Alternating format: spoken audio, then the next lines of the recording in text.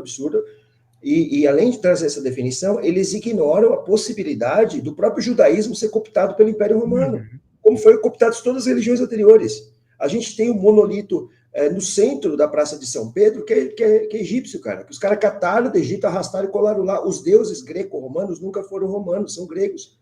Eles têm deuses romanos que eles abandonaram quando eles roubaram as estátuas gregas e colocaram lá no centro de Roma. Eles não vão fazer isso com o judeu? Por quê? E é isso que a gente lê em Flávio Josefo. Então, assim, é esse ponto que eu gostaria que pelo menos falassem sobre. É isso que eu fico um pouco, sabe? Assim, com a questão tem um monte de outras pessoas que defendem Jesus histórico. Tem o texto do Juan Arias, por exemplo, que fala Jesus, esse grande desconhecido, onde ele discute isso muito melhor, entendeu? Na minha opinião, tá? Tudo bem, eu sou só um antropólogo, eles são os pós-doc mega basta da galáxia, beleza. Mas eu vejo que ele faz uma discussão muito melhor sobre isso, e ele defende, mas ele coloca os pontos, dos miticistas, e que levam isso em conta. E, ao meu ver, é muito mais hermético do que cristão. O Hermes é 3 vezes grande, ele tem uma série de religiões místicas que estão ali, e que vão sendo incorporadas. Isso já estava no Império. O Hermes já é um deus do Império, né? É bom lembrar que a gente tinha Janus, o Senhor da Manhã, que era o deus romano mesmo. A gente tinha os deuses do nosso amigo Fábio Sabino, lá os sabinos tinham Quirino. O deus Quirino, Rômulo vira Quirino, numa trindade. Quando Rômulo volta dos mortos, lá em Plutarco de Queroné, mostra lá ele conversando com um discípulo para avisar que ele voltou dos mortos. Não sei se vocês ouviram essas histórias já, né? Acho que os meus amigos aqui embaixo vão falar isso também. Né? Eu já vi, ele volta dos mortos, ele fala, agora eu sou Quirino. Sabe aquele Deus que está lá? Vocês pegam aquele Deus, botam no altar, porque eu sou ele mais os outros dois. Agora eu sou uma trindade, eu que voltei dos mortos. Enfim, gente, eu acho que eles vão falar mais coisas, eu estou jogando a bola para eles. Porque, assim, eu vejo que esse cristianismo primitivo tem muito mais a ver com o hermetismo primitivo, né, entre outros cultos de mistério, do que, de fato, uma comunidade judaica separada do romanismo. Isso está muito fortemente documentado. Salve, galera! Hoje vamos falar sobre Jesus romano. Quem não é inscrito já se inscreve no canal, marreta o like e deixa o comentário. Quero saber da opinião de vocês. Você acredita, não acredita? É uma teoria ou não é teoria? Coloca aí embaixo nos comentários. Além disso, a gente vai ter um debate, né, uma conversa com o Alisson e o Antônio sobre Jesus romano da teoria flaviana. Fica aí ligado aí para vocês verem a diferença. Valeu, pessoal! Então, só para quem acha que miticismo é pseudociência, esse aqui é o livro onde Historicity of Jesus, tá? Aqui, ó, Richard Carey. O Richard Carey, só para quem não sabe, tá aqui, ó, livro importado, veio lá do State para mim, Richard Carey. Esse livro aqui é um dos únicos livros, é só esse e o do Rafael Latasta, se eu não me engano o nome dele, que tem referência revisada por pares que vai tratar sobre a existência ou não de Jesus. Tem um outro, se eu não me engano, que é de 1800 e pouco. O próprio Richard Carey veio no meu canal, tem entrevista dele completa. Então essa parada de ficar falando miticismo é pseudociência, é pseudagem, quem fala isso aí não sabe nem do que tá falando. O meu problema é, muitos historiadores... Calma aí, eu não tô falando que você falou isso, você que tá vestindo a máscara, você que tá usando a carapuça. O meu problema é, quando os historiadores vão, por exemplo, que nem vão lá no Daniel Gontijo e falam assim, olha, a maioria da academia fala que Jesus existiu, e quem discorda é terraplanista, né? Aí é complicado. Ninguém tá falando contra a academia. Eu, quando fui, se você pegar aí, quando eu fui no Cauê Santos Podcast, ele me perguntou qual que é a opinião majoritária. Eu falei, ó, na academia hoje, sendo sincero para você, é que a posição majoritária é de que Jesus existiu. Então, longe de mim querer ser negacionista. Se vocês acreditam na academia, vão pela academia, que é a maioria. Eu falei isso. Então, ninguém aqui tá querendo endossar nada. Agora eu falei assim, agora eu, meu CPF, para mim não existiu. Por isso. Para mim é romano. Por isso. Quando eu perguntei lá para Juliana, fiz uma pergunta honesta, sincera, pergunta acadêmica. Olha, o Paulo tá falando, olha, tô mandando um abraço aqui da casa de César. O autor de Hebreus está falando assim, ó, tô mandando um abraço aqui da Itália. O pai Inácio do primeiro século tá falando assim, ó, a igreja que preside é na região dos romanos. Aí ela vira e fala, isso é interpolação, por porra de fonte nenhuma. Aí isso não é pseudagem. Aí se fosse qualquer um de nós falando qualquer coisa sem fonte, conspiracionista, teórico da conspiração, são malucos, são loucos. Agora eles falam, inventam mentira e aí aparece um monte de gente para passar pano. É isso que eu fico puto. Por quê? O que a galera tem que entender é o seguinte, até um tempo atrás, o Money tá aí, ele não me deixa mentir, até um tempo atrás Moisés era histórico. Moisés existia. Até um tempo atrás, José do Egito era histórico. Abraão era histórico, Davi histórico, todo mundo era histórico. Assim como Jesus, hoje é tido como histórico. Amanhã, agora que tá todo mundo derrubando aí não vai ter. Paulo, não vai ter. Aí qual é a fonte que os caras usam? A fonte é Novo Testamento, a fonte é Paulo, a fonte é Evangelho. Porra, aí tu pega Paulo tá citando lá em Colossenses. O Evangelho foi pregado em todo mundo. Isso é referência a quê?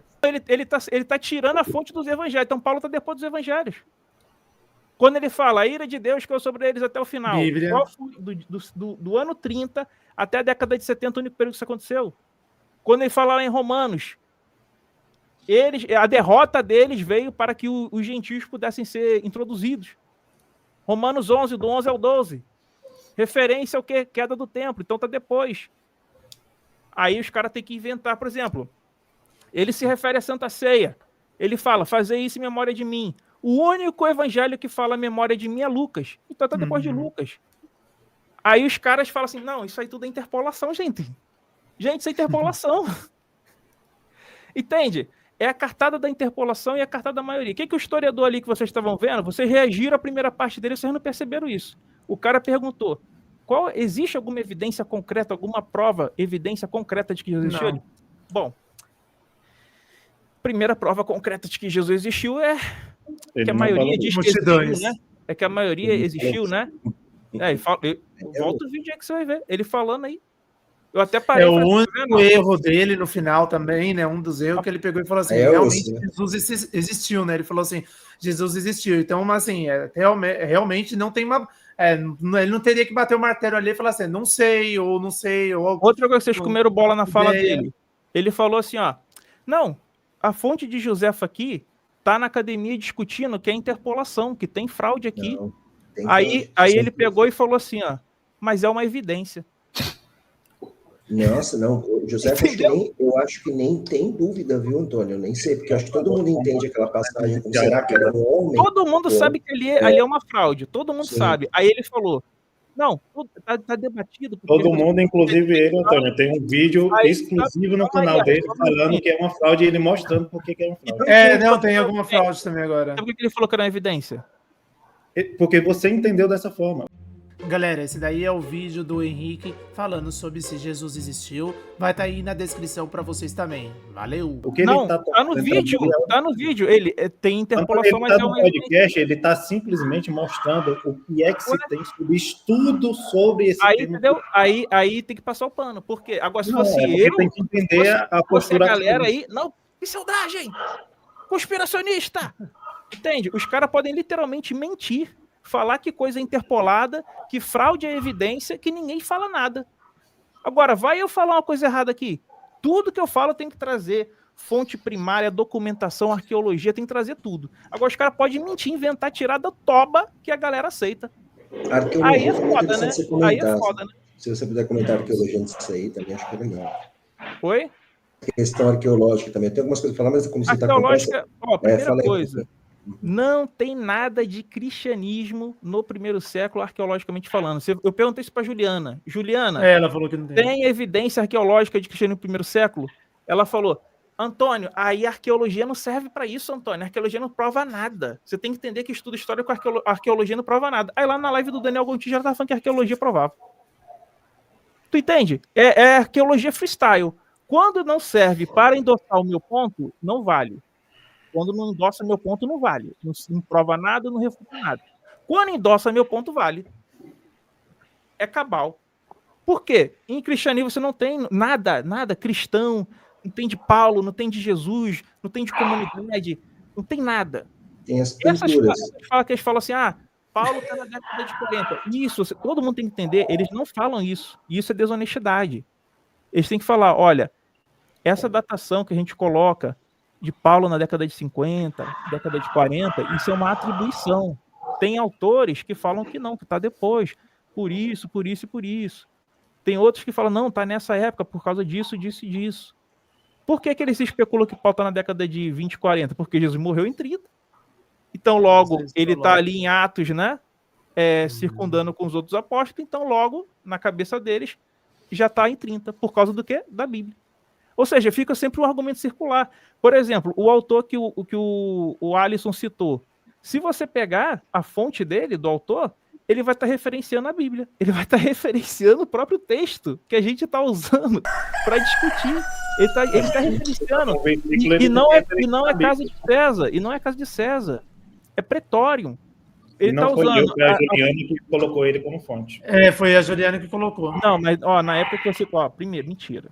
Quando você trouxe isso no grupo. Galera, esse daí é o texto que o Alisson e o Antônio estão falando. Se vocês quiserem, pausem o vídeo e leiam. Valeu, pessoal. Ela nem tinha mostrado nada no canal dela de fonte. Você falou que viu no Abrantes. Eu achei a fonte aí dela. Que depois que você foi pesquisar essa fonte que o Abrantes trouxe, que você achou aquilo. Então você que trouxe. Eu falei sempre que essa então daqui você é que trouxe. Juliana, provavelmente. Aí o que acontece? Lá o cara tá citando um dicionário de latim, que no dicionário de latim tá citando a Bíblia. Para você estudar Tem uma evidência arqueológica disso? Tem evidência arqueológica disso? Eita. De que casa de César era fora de Roma? Não. Não, Aí, tem uma parte... tem outro detalhe. Ô, Glaucio, vê se tu me ajuda nisso. Fala. O que é navalha de Ockham? O que é navalha de Ockham, Glaucio? É cortar o que é mais absurdo da relação e aquilo que for mais racionalmente possível provavelmente o que está acontecendo. O mais simples, né? O mais simples na ciência é o que é preterível, não é isso? Sim. Apetece ao cientista preterir por aquilo que é mais fácil de explicar. Então, quando eu falo assim, ó, a casa de César para todo mundo aqui fica onde? Em Roma. Em Roma, né? Isso é auto-evidente. No Vaticano, né? Vaticano. Aí, hoje é o Vaticano, né? Aí, olha como é que a navalha de Ockham já não serve para a galera do Jesus histórico. Não, essa casa de César era na Judéia, ó. Não, mas isso que você falou ainda é mais forte, porque tem uma passagem que você falou assim, se era interpolação, hoje já teria demonstrado nas versões da Bíblia que a gente tem, aqui, ó, esse pedaço aqui foi interpolado, tem textos, colchetes, tem marcações, no vídeo você não faz isso, né? E não tem nessa parte. Não né? tem. Cara, eu mostrei lá, eu mostrei no vídeo. E essa possibilidade de ser realmente a casa de César em Roma, ela é levantada pelo comentarista desse, tá até nas tuas costas aí, tu usa, né? Ele pega e afirma, ó, isso daqui era a possibilidade que se tinha de dizer que era. Ela fala que é um interposto. Aí ele vai trazer ali. Aí depois ele pega e explica, ó, existia essa interpretação que eram essas pessoas, porém, né, fizeram estudo na questão de história, na questão arqueológica, que mostra que isso daqui não é lá a casa de... Aí tu já viu essas fontes? Aí, assim, vamos lá. Aí o que é que se tem? A Juliana cita esses... Deixa eu te explicar, sabe como é que acontece isso aí? Vamos lá, isso aí é porque eles pegam Pretório, escuta, ó, eles pegam Pretório, a palavra Pretório, lá do primeiro capítulo, versículo 13, eles pegam essa palavra, e o Pretório, que era usado em outras localidades, eles aplicam para a casa de César. Não, beleza. Aí, isso. Casa de César em outro local tem? Você já viu? E tem uma argumentação que eu vejo muito forte sobre isso, Antônio, né, da pesquisa que é ser feita em cima disso, porque é que eles conseguiram sair de uma conclusão e chegar em outra. Quando você se tem, né, dentro de uma citação direta, a casa de César, certo? E aí o que a Juliana mostrou lá foi justamente isso, que os governadores, a casa dos governadores nas províncias também era chamada disso. Você tem que colocar que essa pesquisa, se ela é falsa, você tem que fazer um estudo e dizer, ó, aonde aí é inversão do ano da prova. Inversão do ano da prova, não. Aí o ano da prova vai ter que ser nosso. Ele tem que apresentar aquela primeira se ela fala assim, ó, se ela fala, casa de César era apresentado fora de Roma como sendo casa de César também. Então, aí você tem o ônus da prova. Você tem o ônus da prova disso. Não é eu que tenho que refutar o que você afirmou, não. E o pior é que o Glaucio já matou um charado. Não sei se tu leu, né, Glaucio? Mas assim, isso. O mesmo autor, no livro que a Juliana colocou lá, ele está fazendo esse estudo sobre a questão da família de César. Aí foi como não, isso, não sei, porque aqui, assim... Ó, o Vinícius Sena, Antônio é negacionista. Tá Aonde entendendo? tá É isso? só ataque pessoal. Não tem Caralho, Mas gente. é que o texto tem que está ali, o Mas texto que é tá ali, esse também- Aí, comportamento ô Vinícius chega- Sena, deixa eu tem te em relação perguntar. a isso. Quando a Juliana mentiu lá, falando que era interpolação, você chamou ela de negacionista? Não, né? É porque você quer impor a sua visão, aí tem que me atacar o pessoal. Mas eu posso, Sem ataque pessoal, hein, Galera, pessoal? não é pra mas atacar eu o posso pessoal. dizer que ela errou, Antônio. Eu só não posso atacar a pessoa por um erro que ela fez. Mas é o que o Antônio está Mas falando. ela erra direto, é isso? O Antônio está falando, não Quando tem eu que ser perguntei dizer que ela erra. da É, evidência lá de Ela errou, certo. tem uma hora... O erro não tem vai uma dizer que é hora negacionista, é isso que o Antônio está tem uma hora falando. ali Se que ela errou, diga o erro que é. Só isso. ela está se referindo às pessoas, à casa de César, o local, e não se refere às pessoas em si. Sim, cara, é um ser humano, entendeu? Agora eu vou dizer que Agora tem que se ela está filmou sendo um Casa Herbert de da César, vida. olha Eu só. não comparo ela com um negacionista ao nível do Herbert nem a pau. Alisson, Não, aí já se tá ela, outro. escuta, cara, se ela afirmou Casa de César, Vou colocar uma coisa dentro aí, que a pesquisa e análise da teoria flaviana está sendo analisada e possível será verificada por pares no futuro. Porém, não podemos falar que o Antônio seja negacionista ou quem seja ser negacionista por ter uma pesquisa. Não é que tá totalmente inválida, né? Só tomar cuidado, porque é um perigo, né, que é dessas narrativas que o pessoal tá falando, pode ter um resquício de erros. Dentro da academia existe uma certa de regras que devem ser seguidas, regras científicas que aumenta a chance da credibilidade. Por isso a gente tem que tomar um pouco de cuidado com essas teorizações que pode ocorrer erros. E aí, mas agora vamos torcer para dar certo essa teoria, vai passar por análise isso no futuro, vamos torcer pelo trabalho deles aí e vamos lá. Vamos continuar com o vídeo. era usado fora de Roma por governadores. Ali é a casa de César. Tem que trazer uma fonte mostrando isso. Não é tipo assim, a gente tem que refutar inventei, e aí com a minha invenção você que se vire para refutar o que eu inventei. Como é que eu vou inventar? Como é que eu vou refutar um negócio que a pessoa inventou, cara? Mas assim, Antônio, se ela Caralho, aí eu falo assim, ó, Deus existe, agora prova que não existe aí. É isso, chama falácia da inversão da prova. Quando você se fala de ciência, na ciência você tem que propor algo que possa ser falseável. E você se tem referência, a gente vai ter que falsear a referência. Não, a referência, eu fui lá e li. Lá é um dicionário em latim, que eu mandei no grupo. A gente tem que eu não te mandei, Shaolin. Dicionário em latim. Metodológico Isso, a gente precisa mostrar isso. E o dicionário em latim, escuta, e o dicionário em latim está fazendo referência à casa de César? Não, a Pretorium. A Pretorium. Mas aí como que a gente vai precisar publicar isso? Pretorium é uma coisa, Caesaros Noicias é outra da família coisa. Também, como o Glaucio está trazendo, que ele traz como referência, que era utilizada também pelo mesmo sistema da classe. Vamos fazer mais uma pausa, pessoal, referente a esse erro metodológico que a gente está falando aí. Vamos lá, vamos colocar duas visões, ou melhor, três visões referente.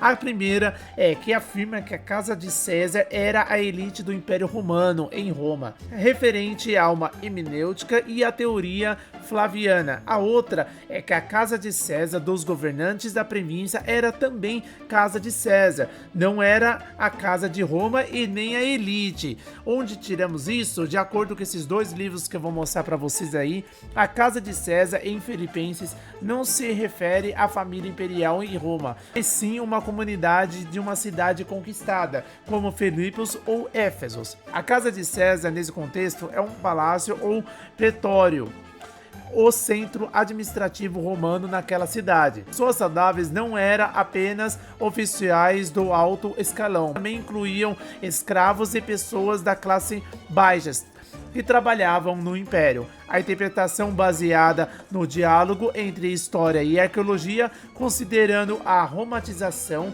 e a estrutura social das cidades conquistadas pelo Império Romano. E agora temos também informações, né, que a casa dos governantes era também da família de César. Vou mostrar aí no texto para vocês. Seguimos com o vídeo. O cara fez um estudo sério, entendeu, Glaucio? Então a gente tem que falar ele fez um estudo sobre Só esse comportamento, Antônio. O cara pode ter errado, mas a gente tem que respeitar, publicar o erro. Mas ele